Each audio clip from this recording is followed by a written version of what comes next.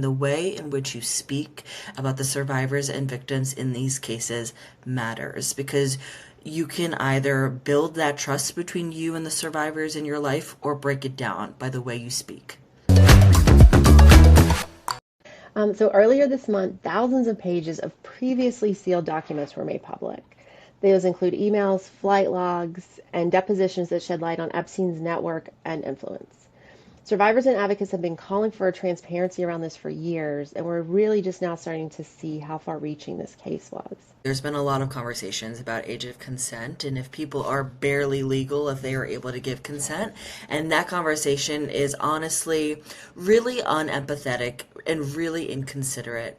And so we wanted to talk about that, that regardless of somebody's age, consent is necessary. And Yes. there are laws in place where making people aren't able to give consent, right? If somebody is a Yes. child, if they are under the age of 18, even if they're 17, they are not legally can give consent, Right. right? Like full stop. Um, full stop. Full stop. And I think a lot of people that are having these conversations that are talking about this don't understand the dynamics of power-based violence or just power dynamics in general, Right. right? We are holding 15, 16, 17-year-old girls to a higher standard than we are to 40-year-old men.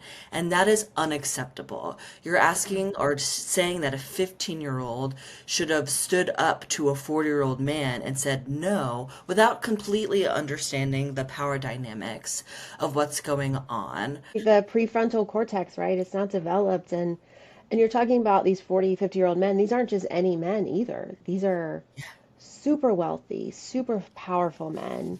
One that we know for a fact is like Prince Andrew, right? Like he's a prince of England. Of there's a power dynamic there that is just Yes. unmatched in like your And it's normal day-to-day unspoken life. too. Like it Yes. doesn't need to, I think people don't understand the power dynamics of unspoken coercion, of unspoken pressure and manipulation, Yes. and how that changes the way we interact with people. Absolutely.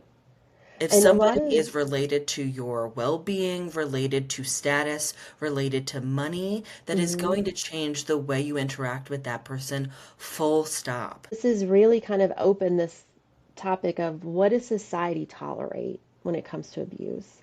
And when we Mhm. bring in those phrases like barely legal, almost legal, that starts to blur those lines.